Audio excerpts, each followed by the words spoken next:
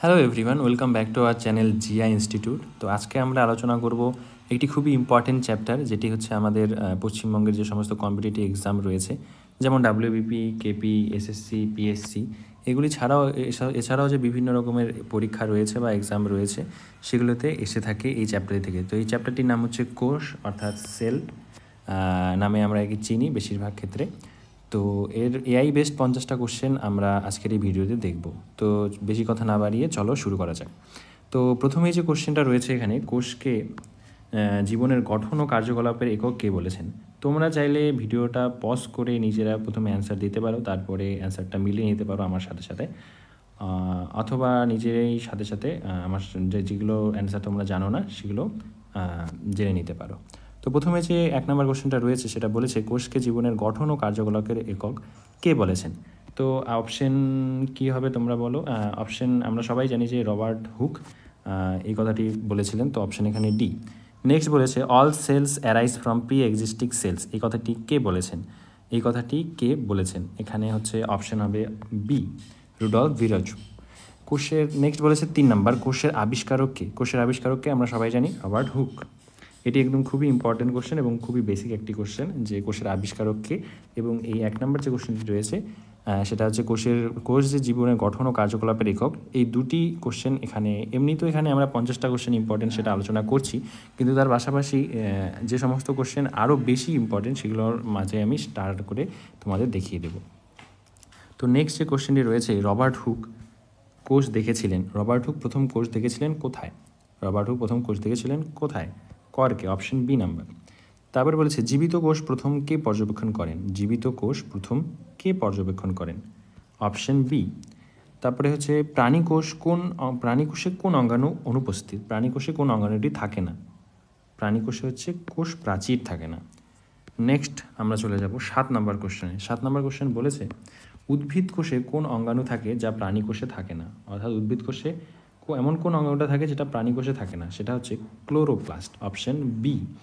8 নম্বর বলেছে কোষ ঝিল্লির প্রধান উপাদান কি? কোষ ঝিল্লির প্রধান উপাদান হচ্ছে প্রোটিন ও লিপিড। 9 নম্বর বলেছে প্লাজমা মেমব্রেনের গঠনকে ব্যাখ্যা করে। প্লাজমা মেমব্রেনের গঠনকে ব্যাখ্যা করে, অপশন এ সিঙ্গার ও নিকলসন।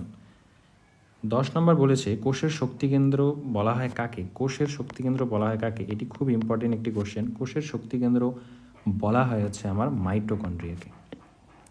তারপরে বলেছে রাইবোজোমের কাজ কি? রাইবোজোমের কাজ কি? রাইবোজোমের কাজ হচ্ছে প্রোটিন সংশ্লেষণ করা। এটিও একটি খুব ইম্পর্টেন্ট কোশ্চেন। লাইসোজোমকে বলা হয় সুইসাইডাল ব্যাগ। এটিও একটি ইম্পর্টেন্ট কোশ্চেন। গলগি বডির কাজ কি? গলগি বডির কাজ হচ্ছে প্রোটিন প্যাকেজিং করা। এটিও একটি ইম্পর্টেন্ট কোশ্চেন। তারপরে বলেছে ক্লোরোপ্লাস্ট কোন রঞ্জক থাকে? ক্লোরোপ্লাস্টে কোন রকমের রঞ্জক থাকে? ক্লোরোপ্লাস্টে হচ্ছে ক্লোরোফিল থাকে।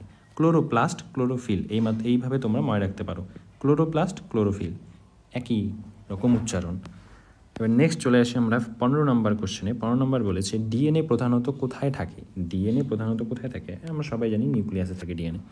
আরএনএ সংশ্লেষিত হয় কোথায়? আরএনএ সংশ্লেষিত হয় হচ্ছে নিউক্লিয়াসে, অপশন বি। 17 নম্বর বলেছে উদ্ভিদ কোষের শক্তি উৎপন্ন হয় হচ্ছে ক্লোরোপ্লাস্টে। 18 নম্বর বলেছে মাইটোসিস বিভাজনের ফলে কি ঘটে? মাইটোসিস আর মিওসিস এই দুটি কোশ্চেন খুবই ইম্পর্টেন্ট। মাইটোসিসের ফলে কি ঘটে আর মিওসিসের বিভাজনের ফলে কি ঘটে? এটি অনেকেই ভুল করে থাকে পরীক্ষায়। তো মাইটোসিস বিভাজনের ফলে ঘটে হচ্ছে দুটি সমান কোষ উৎপন্ন হয় মাইটোসিস বিভাজনের ফলে, ঠিক আছে।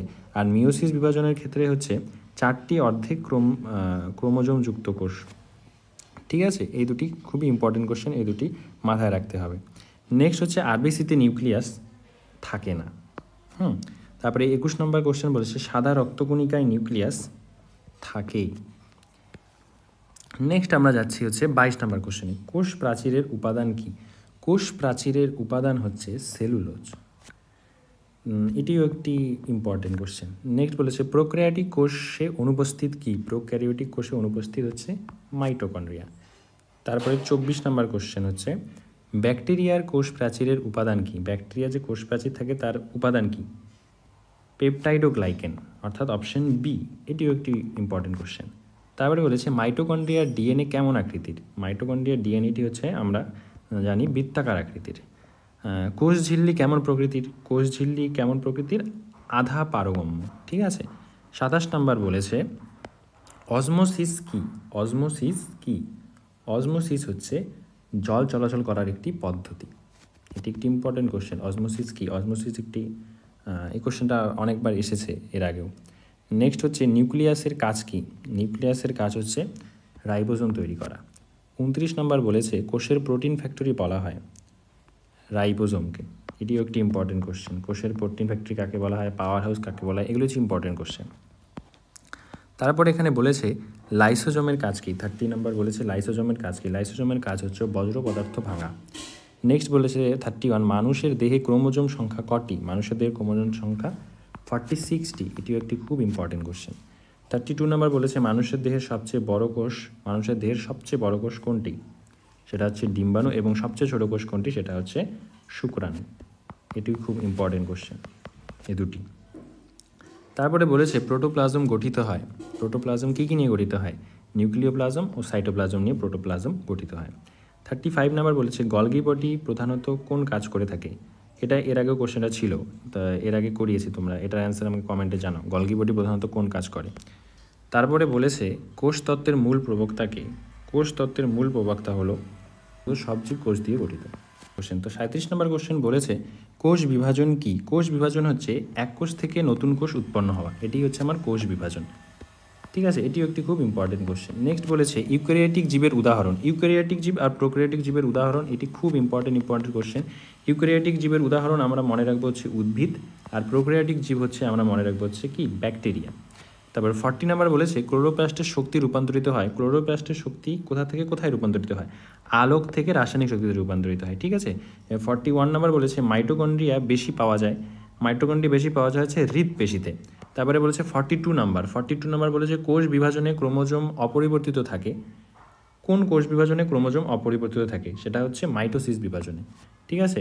ব্যাকটেরিয়া কোন ধরনের কোষ? ব্যাকটেরিয়া হচ্ছে আমরা কিছুক্ষণ আগে পড়েছি ব্যাকটেরিয়া কোন ধরনের কোষ, তোমরা কমেন্টে জানাবে। তারপরে বলছে 44 নাম্বার সাইটোপ্লাজমের ভেতরে কি থাকে? সাইটোপ্লাজমের ভেতরে হচ্ছে অঙ্গাণুসমূহ থাকে। তারপরে 45 নাম্বার বলেছে কোষ শক্তি উৎপন্ন হয়। কোষের শক্তি উৎপন্ন হয় সেলুলার রেসিপিরেশনের দ্বারা, ঠিক আছে। এবার 46 নম্বর বলেছে কোষের আকার নির্ভর করে। কোষের আকার কার উপর নির্ভর করে? কোষের কার্যকলাপের উপর। তারপরে বলেছে রসকোষের কাজ কি। রসকোষের কাজ হচ্ছে জল ও খাদ্য সংরক্ষণ করা। এটি একটি ইম্পর্টেন্ট কোশ্চেন। তারপরে বলেছে কোন পদার্থ কোষে পদার্থ পরিবহন করে হচ্ছে এন্ডোপ্লাজমিক রেটিকুলাম। এটি একটি ইম্পর্টেন্ট কোশ্চেন। 49 নম্বর বলেছে কোষের আত্মঘাতী থলি হলো লাইসোজোম। এটিও ইম্পর্টেন্ট কোশ্চেন। এবং সবার শেষের যে কোশ্চেনটি বলেছে সেটা হচ্ছে কোষ তত্ত্বের প্রবর্তক কারা। এটি তোমরা আমাকে কমেন্টে জানাবে। তো ভিডিওটি ভালো লাগলে অবশ্যই সাবস্ক্রাইব করবেন এবং আপনারা এইটার পিডিএফ এবং অ্যান্সার পেয়ে যাবেন হচ্ছে ডেসক্রিপশনের লিঙ্কসে। তো চ্যানেলটির সাথে জুড়ে থাকার জন্য অবশ্যই লাইক এবং সাবস্ক্রাইব করবেন এবং পরবর্তী ভিডিওর জন্য আপডেটেড থাকবেন। Thank you.